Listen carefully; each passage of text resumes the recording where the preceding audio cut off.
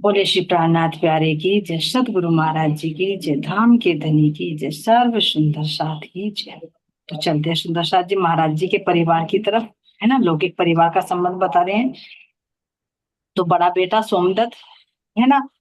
अ, कलावती की तो शादी हो ही जाती है, फिर शांति की शादी करते हैं, तो शादी के कुछ दिन बाद उनका शरीर छूट जाते हैं। फिर महाराज जी कह रहे हैं कि सोमदत्त की शादी कर देते हैं और सारा घर का भार सारा उनके ऊपर ही आ जाता है। अब सोमदत्त की पत्नी का नाम बता रहे हैं कि सोमदत्त की पत्नी का नाम था प्रकाशी। अब उनके जब शादी हो गई तो उनकी एक लड़की हुई शादी के कुछ वर्ष बाद, और बहुत ही सरल, इसलिए मतलब बहुत सुशील शांत स्वभाव की, इसलिए उनका नाम रखा गया सपना, यानी जो उनकी पोत्री हुई। और उनके फिर एक लड़का हुआ, लेकिन लड़के को महाराज जी कह रहे कि कुछ ही समय के लिए आया था, वो तो 4 दिन की ही आयु लेकर आया था। 3 दिन रहकर चौथे दिन उसका शरीर छूट गया, यानी वो मृत्यु को प्राप्त हुआ। फिर तीसरे नंबर पर लड़की होती है, जिसका नाम कह रहे महाराज जी की वो बड़ी ही प्यारी थी, सुलक्षणी कन्या थी, और उसका नाम रखा महाराज जी ने राज। तो यानी सोमदत्त की दो बेटियां हो गई, एक सरला और दूसरी राजप्रिया। जो बेटा हुआ वो तो चला गया 4 दिन के अंदर अंदर ही। तो दो पोतियां महाराज जी के यहाँ पर हो गई, जो बड़े बेटे की, यानी सोमदत्त और उनकी पत्नी प्रकाशी, इनकी दो हुई, एक सरला और एक राजप्रिया। अब महाराज जी बता रहे अपने दूसरे पुत्र के रूप में, अब ये कह रहे कि जो ये राज प्यारी थी, इनके अंदर परमधाम का अंग, नाम तो नहीं बताया महाराज जी ने, लेकिन कह रहे कि बहुत बड़ी ही सुलक्षणी थी और परमधाम का उसके अंदर अंग। अब कह रहे महाराज जी कि कुछ समय के बाद, भाई ज्यादा अंतर तो नहीं था, तो ओमदत्त की भी शादी कर दी गई। और जो ओमदत्त की पत्नी थी उनका नाम बता रहे महाराज जी प्रेम। और प्रेमवती, जो कहे महाराज जी कि इसका नाम हमने घर में ही आकर रखा, क्योंकि इसके अंदर बहुत प्रेम भाव था, सेवा भी बहुत अच्छी तरह से करती थी। और मायका का नाम इसका भूरिया, जैसे गांव में घर में कह देते ना भूरिया, भूरी होगी ज्यादा क्या नाम मानिक बाई जी का, कि बाल बड़े बड़े तो झंडू कहने लगे, इसी तरह से भूरी होगी तो कहने लगे भूरिया भाई, है ना। तो महाराज जी कह रहे कि प्रेमवती हमने यहीं ला कर ही रखा इसका नाम, इसके स्वभाव को। तो कह रहे हैं सेवक अति उत्तम है यह भी, बिला उजर सेवक है यह, काम हमेशा बस सेवा से, 4 पहर बस लगे रहे। अब ओमदत्त भी और सोमदत्त भी और इनकी पत्नी भी, है ना, प्रकाशी भी और प्रेमवती भी बहुत भक्ति भाव से सेवा करते थे। और कह रहे महाराज जी कि प्रकाशी के ऊपर तो इतनी जिम्मेदारी आ गई थी, इतनी जिम्मेदारी आ गई थी कि वो घर की भी सेवा करती, है ना, और घर का काम भी करती, व्यक्तियों की भी सेवा, भोजन का सब व्यवस्था करती, और फिर आश्रम में आकर भी सेवा करती, यानी बहुत ज्यादा भक्ति भाव थे, विशेषकर सोमदत्त और प्रकाशी जी के। अब कह रहे कि 12 साल तक सोमदत्त ने सारा काम संभाला, आश्रम का भी और घर का भी, क्योंकि महाराज जी ने जाना बंद कर दिया। अब रही माता जी, जो चावली देवी जी हैं, वे आश्रम में आती और रात को घर पर जाती, तो उनकी भी सारी देखभाल करने की जिम्मेदारी सोमदत्त की ही थी। तो कह रहे कि 12 वर्ष तक बड़े भक्ति भाव से सोमदत्त ने खूब सेवा की, और खूब प्रभु का नाम, राज्य महाराज जी का खूब नाम दिया। क्यों? क्योंकि ये सत्संग भी अव्वल दर्जे का था। भाई आखिर रक्त किसका है, संबंध किसका है, तो वो लक्षण तो जरूर झलकते। तो कह रहे सत्संगी भी अव्वल दर्जे का, और गायन भी बड़ी मधुर आवाज में करते हैं सोमदत्त।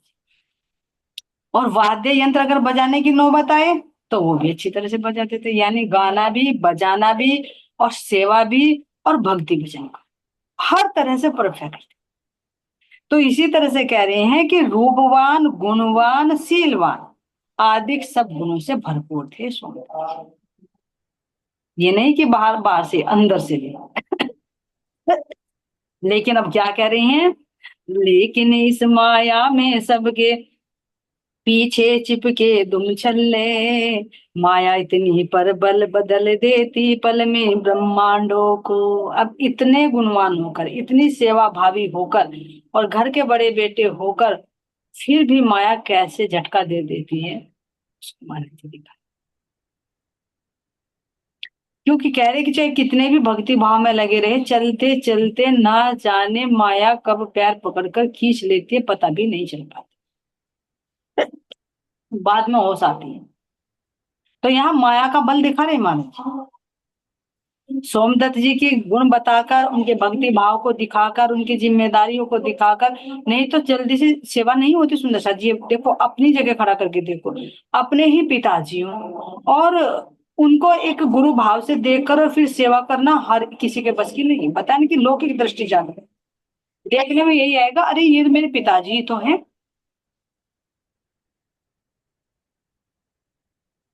आएगा तो एक बड़प्पन जरूर आ जाएगा। जैसे देखे पहले जब देवचंद जी के रूप में आए थे, बिहारी जी महाराज जी थे, उनके अंदर भी ये आया था कि भाई मैं तो धाम का दिन हूँ क्योंकि मेरे पिताजी गद्दी पे बैठे हैं, मैं उनका वारिश हूँ। लेकिन ये आध्यात्मिक संपदा वारिस पन्ने पर तो नहीं मिलती, यहाँ परंपरागत तो नहीं होती, वंशानुगत तो नहीं होती। वो तो धनी जिसको देखते हैं उसको बख्शिश करते हैं, वो अपनी अपनी वंशानुगत चलते हैं, यहाँ के वंशानुगत नहीं चलते। तो महाराज जी दिखा रहे कि माया कितनी बलशाली है, चलते चलते कैसे पैर पकड़कर वो खींचती है। अब ये ना समझे कोई कि भैया हम तो माया से जीत गए, चलते चलते पता नहीं कहाँ पटका मारा।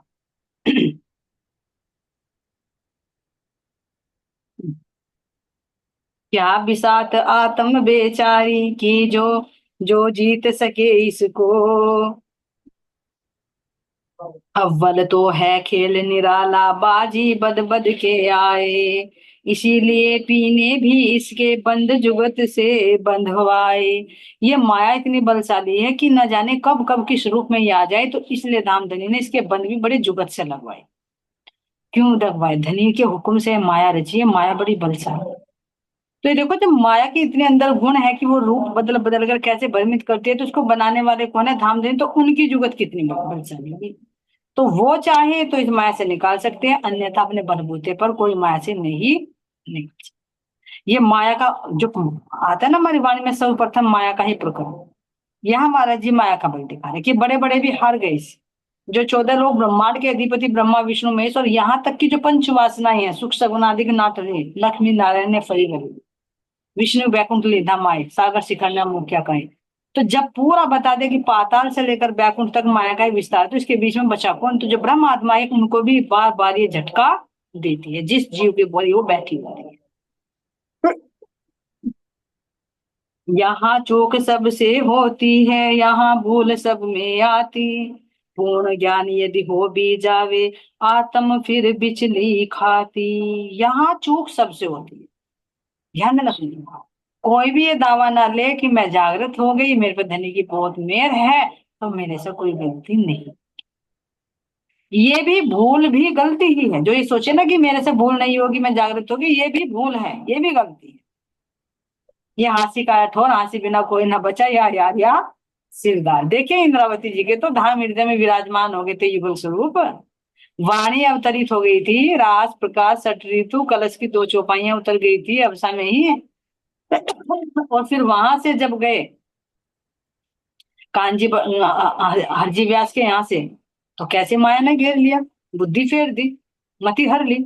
वैसे बाहर से नहीं लगा तो बुद्धि भ्रमित कर दी, निकल गई बुर्खा पहनकर वहां से, उनके उनके वस्त्र पहनकर अपनी पत्नी की, कांजी बाई को छोड़कर। तो ये भी तो माया से हारी है।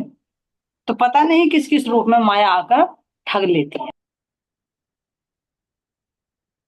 यहाँ पूर्ण ज्ञान यदि हो भी जावे, आत्म फिर बिचली खाती। चाहे पूर्ण ज्ञान हो जाए, फिर भी आत्मा कैसे बिचल जाती है? क्यों? क्योंकि देह भाव आते देर में। आत्मा जीव से जुड़ी, जीव देह से जुड़ा, चल गई उल्टी नाव। डोल गए ज्ञानी अज्ञानी, उलट गई सबकी बुद्धि, सर्व शुद्ध आत्म उतरी है, पर हवा हुई सबकी शुद्धि। बड़े बड़े ज्ञानी ध्यानी महाराज जी ने भी कहा कि मैंने पूरे ब्रह्मांड का मंथन किया, लेकिन देखा तो पंच वासनाएं भी इस भव सागर से नहीं हुई, उनको भी माया ने लपेटे में ली और ब्रह्मात्माओं को भी ले लिया। ये तो धाम धनी की मेहर है जो वे बच जाते हैं, जागृत होकर देखते हैं, नहीं तो एक बार तो हरा ही देती है, ऐसी बलशाली है माया। तो कह रहे महाराज जी की बड़े बड़े ज्ञानी अज्ञानी भी इसमें भ्रमित हो जाते, उनकी बुद्धि उलट जाती। हालांकि आत्मा शुद्ध है, कह रही है सर्व शुद्ध आत्म उतरी है, आत्मा के अंदर कोई दोष नहीं है, लेकिन वो अपने आप को भूल कर जीव के स्वरूप को अपना समझ बैठती है, और जीव देह को अपना, और कब चुटकियों में काम हो जाता है पता भी नहीं, कब देह भाव आ जाता है, जब काम हो देता है तब पता चलता है कि ये तो उल्टा काम। तो यहाँ कह रहे हैं रैन दिवस पी पी करने पर भी सब झटके खा जाते हैं, चरणों में बैठे बैठे भी अलग प्यासे हो जाते हैं। यहाँ दिन रात पीऊ पीऊ पीऊ पीऊ करे तो भी महाराज जी कह रहे हैं कि वो भी झटका खा ही जाता है, क्योंकि मुख में पीऊ चल रहा है, दिल में पीऊ चल रहा है, मन अपना कार्य करके आ जाता है। आत्मा तड़पती रहती, कहती रहे अरे नहीं गलत है, अरे नहीं गलत है, मन आएगा तुरंत कह देगा अरे चल कर, कुछ नहीं हो जाएगा, देखी जाएगी। मतलब आत्मा अंदर से फोर्स डालती, नहीं गलत है गलत है गलत है, लेकिन जीव इतना बलशाली हो जाता है कि वो इंद्रियों के साथ में मन के साथ में मिलकर कर ही जाता है। आत्मा अंदर बैठी बैठी कहती रहती है, उसका बस नहीं चलता, क्योंकि यहाँ पर माया बलशाली। तो कह रहे हैं कि चरणों में बैठे बैठे भी प्यासे अलग हो जाते हैं, कहे कि हम तो सतगुरु की शरण में है, उन्होंने हमारा हाथ थाम रखा, लेकिन पता नहीं चलता कितनी दूर निकल जाते, जैसे मूल मिला में बैठे बैठे खेल में उतर आए और बैठे चरणों में। तो ऐसे ही यहाँ पर सतगुरु की शरण में रहते रहते ठगनी माया कैसे ठग कर ले जाती है।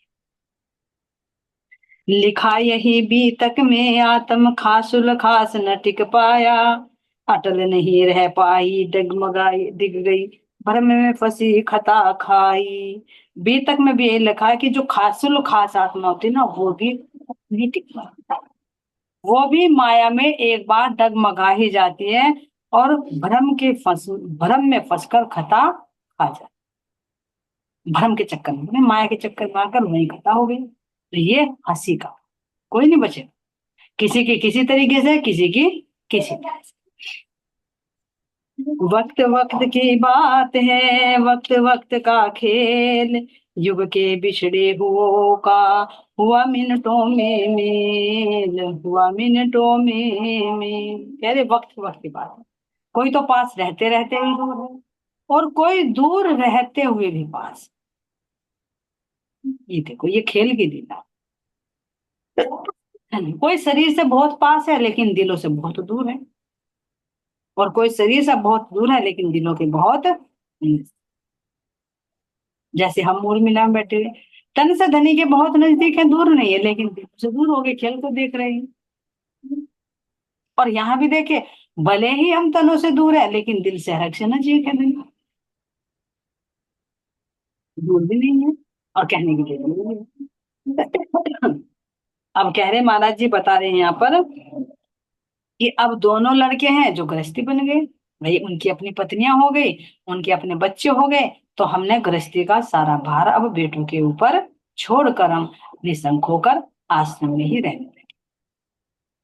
हम गाड़ी ज्यादा चली न, यूं भी चलकर थोड़ी देर थमी, अतः श्रीमती चावली देवी कुछ दिन में बीमार पड़ी। अब ऐसे 12 साल तो हो गए थे, महाराज जी तो आश्रम में रहते, वे सेवा करती चली जाती, लेकिन अचानक जब उनके जाने का समय आया तो कह रहे कि वे अचानक ही बीमार पड़ गई, और उन्हें केवल बुखार था बस, और बुखार बुखार में इतनी सीरियस हो गई कि एक दिन उनका तन छूट ही गया। बहुत इलाज कराया लेकिन कुछ भी नहीं हो रहा था, और आखिर में फिर वे क्या करी कि महाराज जी को ही पुकारती रही अंत से, कि बस एक बार हमें महाराज जी के दर्शन हो जाए। तो कह रहे हैं यहाँ पर जब हालात हो गए भयंकर, संदेशा आश्रम आया, महाराज जी माता जी ने तुम्हें आज घर बुलवाया। महाराज जी ने तो जाना छोड़ रखा था, तो जब बहुत सख्त बीमार हो गई, दवा दारू खूब करा ली, लेकिन फिर भी आराम नहीं लग पा रहा, और बस वे पुकार रही थी, तो महाराज जी को ही पुकार रही थी। देखो सुंदर साथ जी क्यों महाराज जी को पुकार रही है, पहले ही महाराज जी को अंदेशा हो गया था अब तन छूटने वाला है, कहीं कोई भी भावना दिल में न रह जाए, इसीलिए पहले ही संबंध अलग कर ले, क्योंकि उनके अंदर जागृति नहीं थी, चावली माता जी के लिए। कहीं वर्णन है यहाँ कि परमधाम का अंकुर था या फिर अंदर में इतनी जागृति थी, तो इसीलिए वो देह का संबंध मोह हटाने के लिए महाराज जी ने पहले ही वो संबंध को विच्छेद करा कि मुझे पति मत मान, बेटा समझ करो। बेटा सबको कह देते हैं, कहते मुंह पे बोला बेटा, बेटे का भाव। अब वो कह रहे महाराज जी, उनकी हालत ठीक नहीं है, दर्श आपका चाह रही, सूरता धाम गमन की सी है, केवल तुम्हें पुकार रही। अब सुंदर साथ कह रहे हैं कि महाराज जी आप चलो, और उन्हें माता जी आपको बुला रही है ना। अब उनकी सूरता क्या कह रहे, धाम जाने के लिए तैयार होगी। अब सुंदर साथ जी सूरता है नहीं, महाराज जी तो वर्णन नहीं किया, लेकिन अधिकतर आमतौर से देखा जाता है कोई जैसे भी नाम ले तो उसको भी सीधे कह देते कि धाम गमन हो गया। अब जो है भले ही वो धाम जाए ना जाए, जैसे यहाँ पर लिखते हैं भैया कोई भी है कि भैया वो उसका स्वर्गवास हो गया, वो स्वर्ग में वास कर रहा है नहीं कर रहा, हो तो उसके कर्मों के, लेकिन एक सामान्य बोलचाल के पास ये तो नहीं कहेंगे नरक धाम हो गया, बुरा लगेगा। सब अच्छा ही बोलते, भले ही वो नरक में जाए, लेकिन क्या कहेंगे भाई स्वर्गवास हो गया, स्वर्ग का वासी हो गया वो। इसी तरह से भी यहाँ कह रहे हैं कि उनकी सूरत धाम जाने के लिए है, और वो केवल आपको पुकार रहे हैं। अब महाराज जी ने भैया सोमदत्त को बुला, क्योंकि घर की जिम्मेदारी तो उनकी जिम्मे थी। उन्होंने कहा भैया सोमदत्त बेटा तुम जाओ और देखो क्या घर की हालत है, क्यों बुला रही है। सोमदत्त जी ने कहा पिताजी आप चलिए। तो उन्होंने कहा मैं क्या करूंगा, जाकर दवा दुआ दे दो तो ठीक हो जाएगी। ये देखो सुंदर सा जी, अगर मोह होता तो तुरंत छोड़ छाड़ कर भाग देता, फिर बेटे को ना कहें, क्योंकि महाराज जी तो पहले ही निर्मोही हो चुके थे, इन मोह के बंधनों को पहले ही तोड़ चुके। अब तो एक केवल ये है कि जागने की लीला करनी थी, और जागने की लीला करते करते रहने के लिए भी कोई जगह चाहिए, तो वो जगह यहाँ पर चुनी गई, इसलिए रह रहे थे। लौकिक संबंध भी नहीं तोड़ किए जा सकते, लेकिन मोह से अलग, जल में रहिए कोरे। महाराज जी भले ही घर परिवार में है, लेकिन फिर भी उससे कोरे हैं, नहीं तो ये संबंध विच्छेद ना करो। कोई भी पति ये नहीं कहेगा कि मेरी पत्नी मुझे बेटा कहकर पुकारे, यानी लौकिक संबंधों से वे ऊपर उठ चुके हैं। तो अब गुरु कहा महाराज जी ने, आओ कि भाई तुम जाओ और उनसे जाकर उनको दवाई वगैरह दो। अब हम क्या करेंगे वहां पर जाकर, लेकिन उन्होंने कहा तुम ही को जाना होगा, अब नम्र निवेदन है तुमसे, विवश पड़ा चलना ही घर को जाकर हो गए खड़े। अब जब सोमदत्त जी भी नहीं मान रहे और सुंदर साथ ने भी विनती की, नहीं महाराज जी आपको जाना होगा, आखिरी बार तो तुम चले जाओ, आप उनको दर्शन दो, आपकी पत्नी रही है कैसी भी रही है, भले ही आपके अंदर वो भाव नहीं है, लेकिन रही तो है, सेवा तो की है, तो आपको अवश्य चलना होगा। तो जब बहुत सुंदर साथ ने विनती की, तो महाराज जी घर पर जाते हैं, और घर पर जाते ही कह रहे कि उसी कमरे के हम दरवाजे पर खड़े रहे जिस कमरे में वो लेटे हुए। लेकिन जैसे ही उनकी नजर हमारे ऊपर पड़ी, तो उनके अंदर भाव तो था कि मैं उठूं, लेकिन बहुत कमजोरी के कारण उठ नहीं पा रही थी।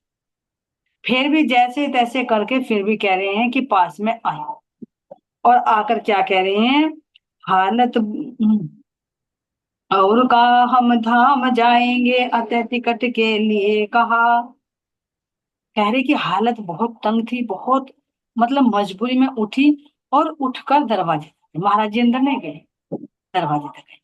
वे ही उठकर दरवाजे पर आई, और दरवाजे पर आकर चरणों में प्रणाम किया, और फिर कह रही हैं कि ये कहा कि हम धाम जाएंगे, हमें टिकट दो।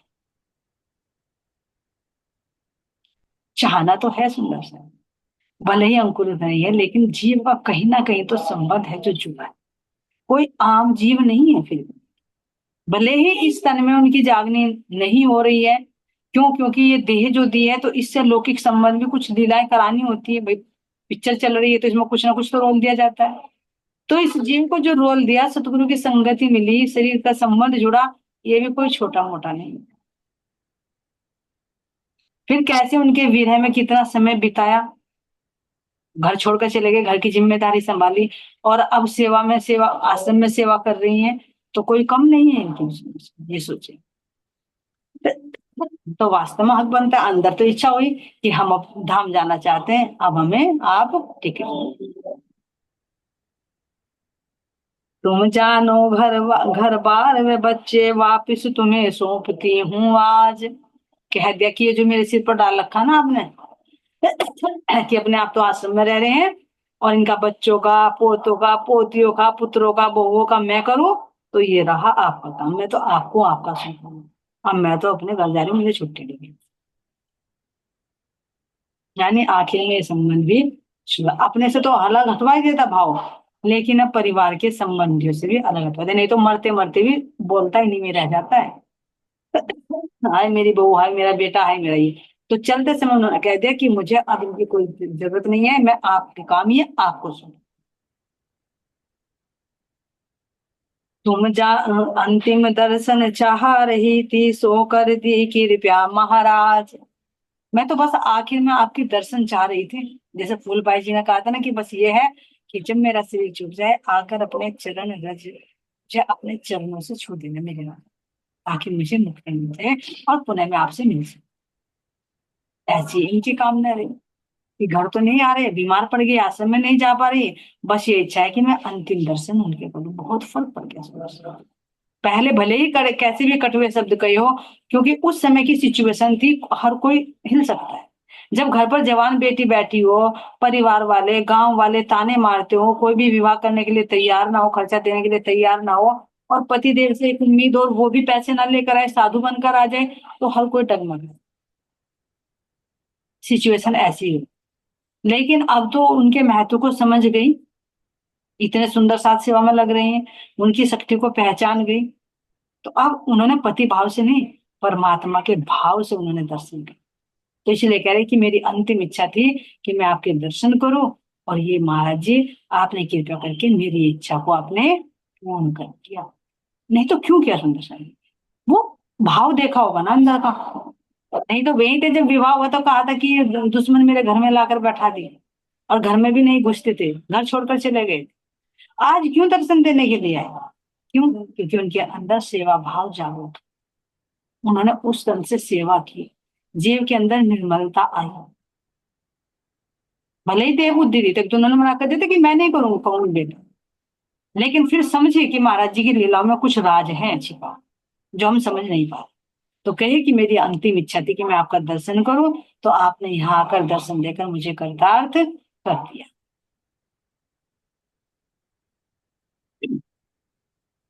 हम बोले उनसे तो अच्छा, झूठ न हो जाने की बात, दिखे जैसा वही बताना, कभी बनावे लोग मजाक। तो कह रहे हम बोले तो ठीक है, तुम्हारे जाने की बात झूठ ना हो। देखो महाराज जी कह रहे कि तू कह रही ना कि मैं परम धाम जाऊं, और ये घर परिवार सारा छोड़ के जा रही हूँ, तो सच में ही छोड़ रही है, कह ही रही है। देख ले, जाने की बात झूठ नहीं होनी चाहिए, मरने के लिए कहा तो मर जाइए। ये कह रहे हैं महाराज जी कि कभी लोग फिर मजाक उड़ावे कि भाई ये तो चावली दोनों कहती मैं तो घर जा रही, तुम्हारा ये तो फिर भी जिंदा है ना। और जो जहरे कह रही हैं, दिखे जैसा वही बताना, कभी बनावे लोग मजाक, निकल आए कोठे से बाहर कह के इस प्रकार की बात।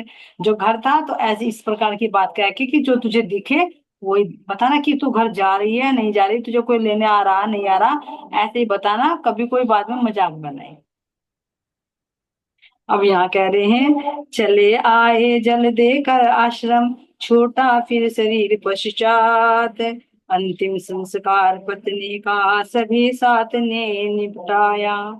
अब कह रहे महाराज जी कि भैया मैं तो अपने हाथ से उसको जल पिलाकर और वापस आश्रम में आ गए, और कुछ समय के बाद ही उनका शरीर छूट गया। धन्य है चावली माता जी, जो सतगुरु का इतना सानिध्य रहा।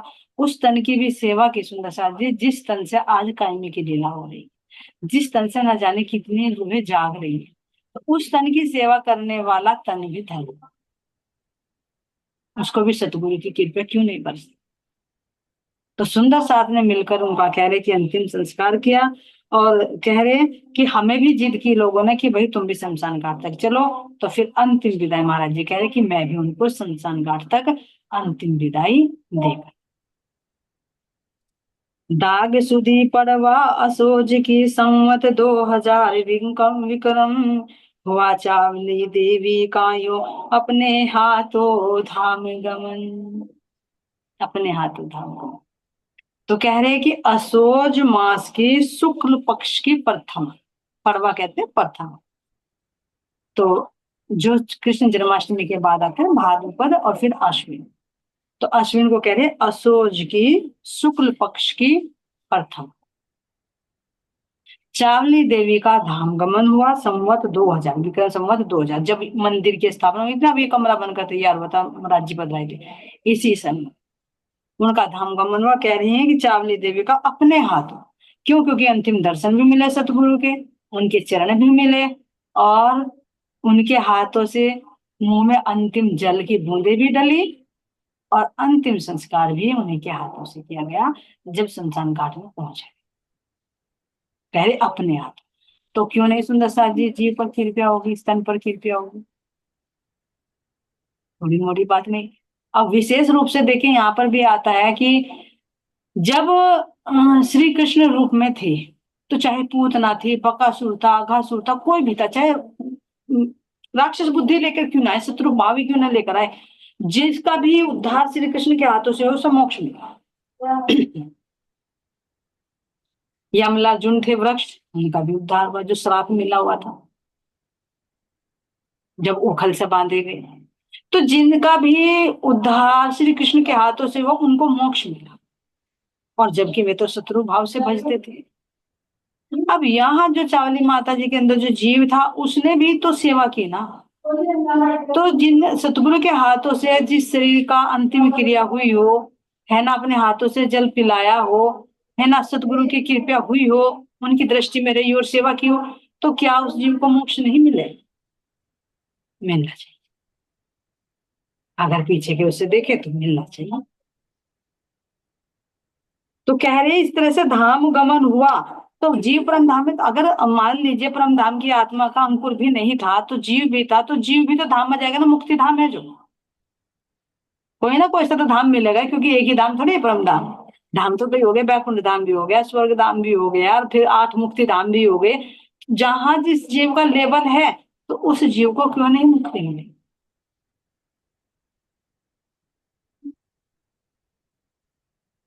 समझे? तो नहीं तो महाराज जी फिर क्यों कह रहे हैं कि यो वह चावली देवी का यो अपने हाथों धाम गए। वे धाम चली गई अपने हाथों से ही, अपनी ही आंखों के सामने, अपने ही कृपया दृष्टि में उनका धाम था। तो धन्य है ऐसी चावली माता जी के चरणों में कोटि कोटि वंदन, कोटि कोटि प्रेम भी। अब ये प्रसंग पूरा हुआ सुंदर साथ जी। अब यहाँ पर कह रही हैं, अब आगे फिर झगड़ा आता है, क्योंकि जहां आगे को बढ़ते हैं तो दज्जाल फिर पैर पकड़ के खींचता है। तो शेरपुर का ही झगड़ा बता रहे कि शेरपुर में जो आज भी आश्रम में शिव की पिंडी है, तो यहाँ पर सबसे पहले शिव का ही चबूतरा था, जब महाराज जी ने आकर आसन डाला था यहाँ पर, है ना, क्या कि बीटों के अंबार लगे हुए थे, पेड़ पत्ते, खूब पत्तों के टिल्ले लगे हुए थे, तो शिव की पिंडी थी। यहाँ का आकर महाराज जी ने अपना वो करा, कोई पूजा पाठ भी नहीं करता था। तो अब लोगों के मन में ये आई कि जैसे बढ़ता गया आश्रम, बढ़ता गया आश्रम, फिर मैं उठते हैं किसी न किसी रूप में। तो यहाँ महाराज जी कह रहे हैं,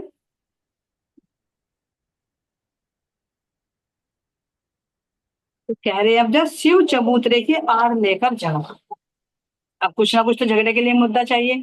तो शेरपुर में ही जो मंदिर में शिव की पिंडी बनी थी, शिव का चबूतरा था, उसको लेकर फिर झगड़ा होता। तो कह रहे हैं जितनी बार स्वर्ण अग्नि की लपटों में डाला जाता, उतनी बार शुद्ध होता है, दुगना रंग निखर आता।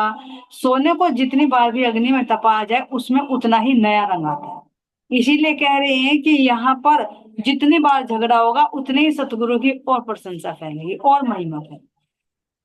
तुम आग जलाओ, सतगुरु उनका और उनका प्रखर प्रकाश फैलेगा। तो यहाँ पर कह रहे हैं बड़ी कोशिश की लोगों ने कि इस आश्रम को हम यहाँ से उखाड़ दें। करते करते तो बारू सिंह चले गए, तेज सिंह चले गए, अब और किसी न किसी रूप में दज्जाल उठता ही रहता है। तो यहाँ लोगों के दिल में फिर आए कि भैया इस आश्रम को उखाड़ना, कैसे ना कैसे कारण बनाए। अब कुछ और मुद्दा तो मिला नहीं, वो मिला कि भाई यहाँ पे शिव की पिंडी, तो इधर तो मंदिर में आरती होती, उधर शिव की पिंडी थी, तो लोगों के दिमाग में आया कि ये बहाना ठीक रहेगा, तो वहां पर शिव जी की पूजा करनी शुरू कर।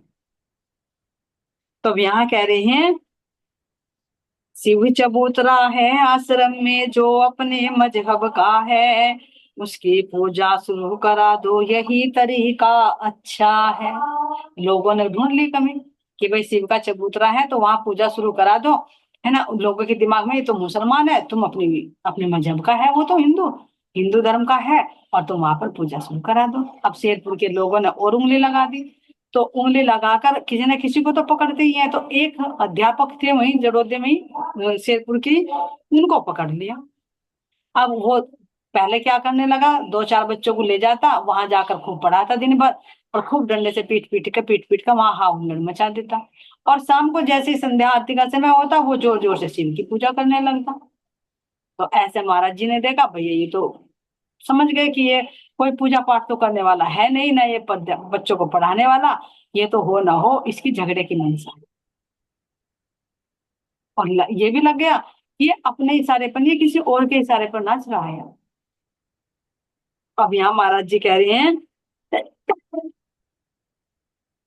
बीत चुके 2 3 रोज जब फिक्र पड़ी उसकी हमको, यह तो बीज उद्धर का है युगल दास इसको रोको। महाराज जी ने कहा जब 2 3 दिन ऐसे करते करते हो गया, तो हमने कहा भैया ये तो इनकी मनसा तो झगड़े की है, इसको रोको कैसे न कैसे करके। इसमें है एक ताल किसी की, वरना मास्टर जी की क्या ताब, विघन करे आश्रम में आकर, इसको है लोगों का सांस, इसको लोगों का साथ मिला हुआ है, इसलिए यहाँ आश्रम में आकर ये उपद्रव कर रहा है, नहीं तो इसकी हिम्मत नहीं। अब ये देखना है, कह रहे कि भैया चलो ठीक है, इससे पूछते हैं, इससे बात करते हैं, ये जब बोलेगा तो पता चलेगा इसकी मनसा क्या है। तो गए उसके पास में, बोले, महाराज जी ने पूछ रहे हैं, पूछा स्वयं हम ही ने उससे पंडित जी है तो बतला, तू जो रोज यहाँ आता है बोल है तेरी क्या मनसा। तू रोज यहाँ आता है, बच्चों को पढ़ाता है, इनको पीटता है, जोर जोर से चिल्लाता है, और फिर शाम को तू घंटे बजा बजा कर सिर की आरती करता है।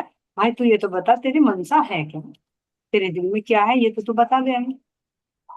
तेरा ढंग बताता है तो भजन भाव से नहीं आता, किसी उपदल की इच्छा है जो बच्चों को संग ले आता।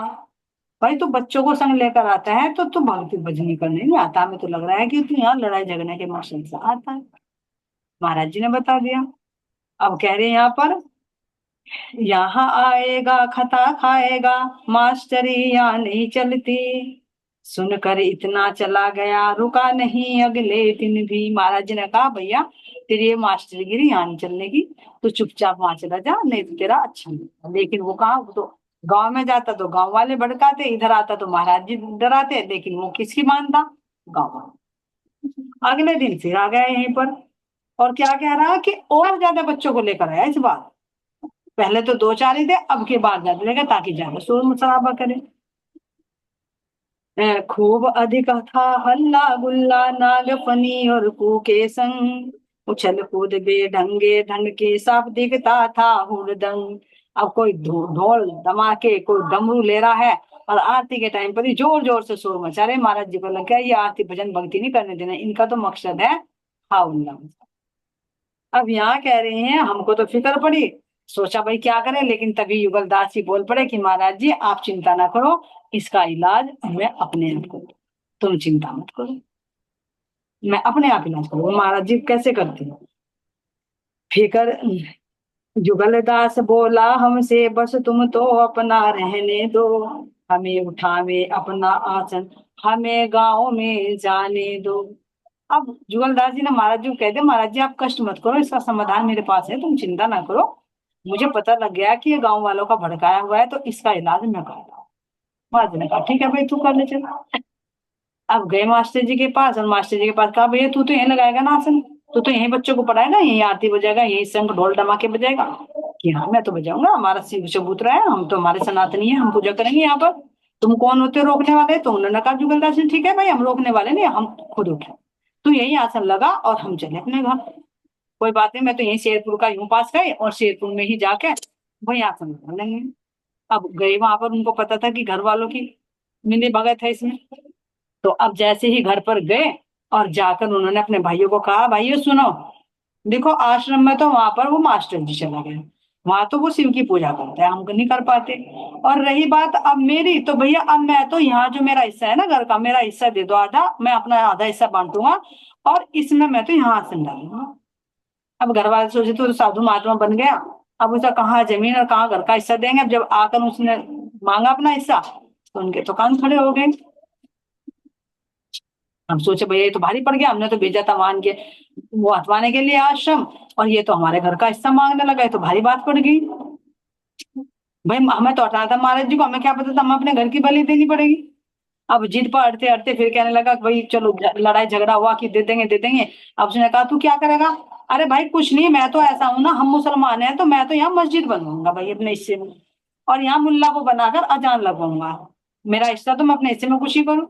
भाई जब वो मास्टर वहां चला गया, वो कह रहा मेरी मर्जी, मैं यहाँ शंख बजाऊं ढोल बजाऊं बच्चों को पीटू कुछ ही करूँ, हमारा है, हमारा मजहबी है, चबूतरा सबका अधिकार है, तो भाई मेरा मेरे हिस्से पे तो अधिकार है। तो भैया मैं तो यहाँ देख मस्जिद बनाऊंगा और मुल्ला को एक को बैठाऊंगा और सुबह शाम रोज अजान करवाया करूंगा, मेरा हिस्सा मुझे दो।